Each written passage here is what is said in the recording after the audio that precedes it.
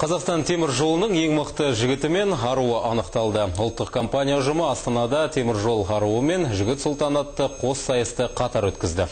Қазылар алқасына Қазақстанның әр түкпірінен келген дарынды қыз жігіттердің үздігін анықтау оңайға түспеді. Бірінен бір өткен қатысушылардың сан қырлы өнерін Гүлзира Омарова тамашалап келді.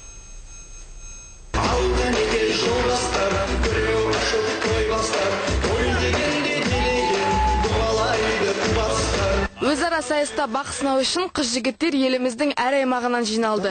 Барлығы да бір салада еңбек етеді. Жас шамалары да қатар. Орта бұзар жастағы 5 ару мен 5 жігіт өнерлерін ортаға салып бақ сынасты.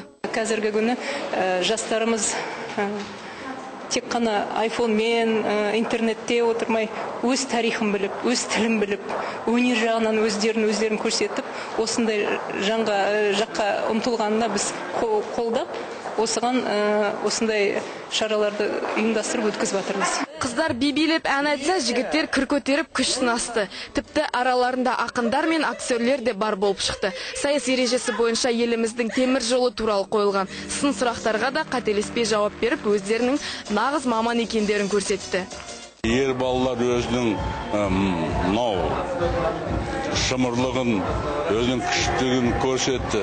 Меніңше бұндай балалар біздің енді әр қарай бізді қорғайды, біздің еліміз мықты болатынына сенім көрсетті.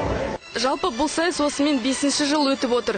Темір жол қызметкерлерінің дәстүрлі әрі сүйікті шараларының біріне айналған.